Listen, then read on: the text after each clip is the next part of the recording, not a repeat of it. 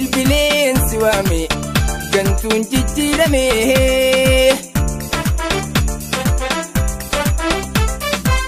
Jaalmarroo koo waboo jaalala yaa Oromoo jalla lakkoofsi kee waame maankaafne bilbila.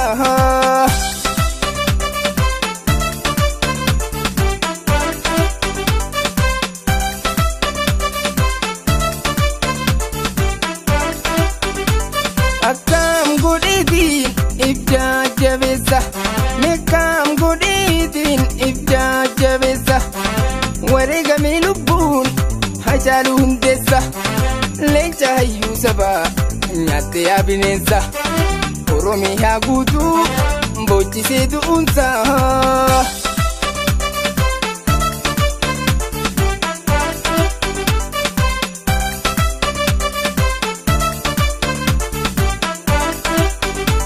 Sibiin bilbilii dhuftee naan jennaani sibiin bilbilii dhuftee naan jennaani deebi'ee goobanaan arras dhalannaani hoogganaa abaahoo suuta gaafannaani garaan koo gammadee ni jirtan jennaani.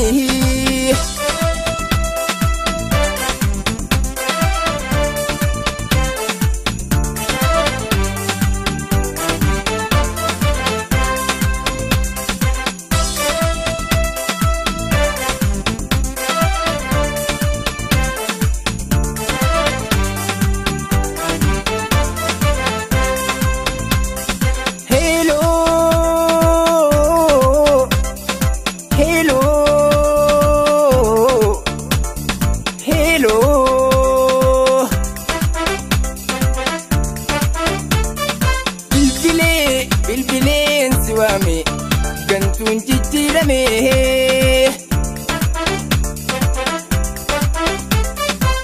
Jaalmarroo koo waboo jaalala yaa Oromoo jalla lakkoofsi kee waame maankaafne bilbila.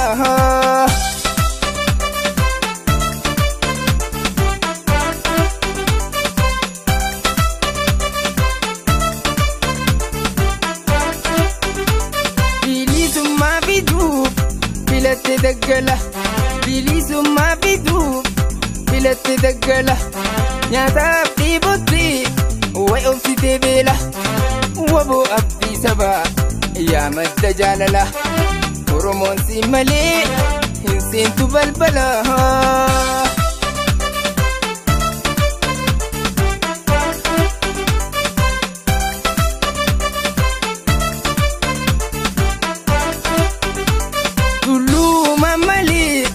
Nuti baasanarri tulluu mammali nuti baasanarri arrallee dhaadhiyoon dhufe dogoggorri rabbi siifaa kannu yaa Oromoo sabri karoo teenya bassuu ukkaamsan Johaarii.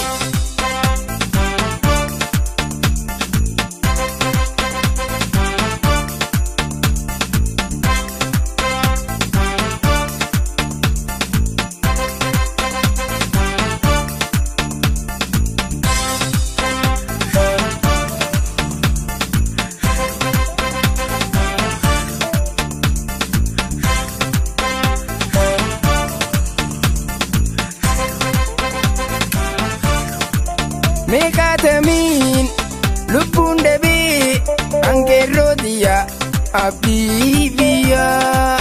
Meeqaatamiin lubbuun dhabee angeerroo diyyaa abdii biyyaa.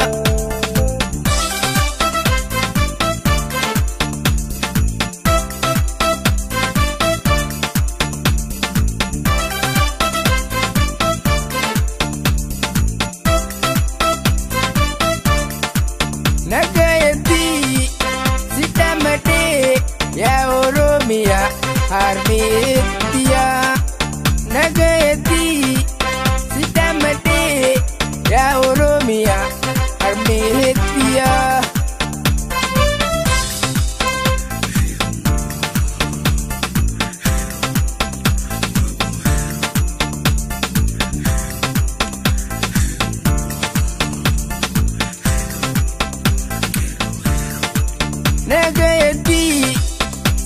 Sidamade, ya Armedia.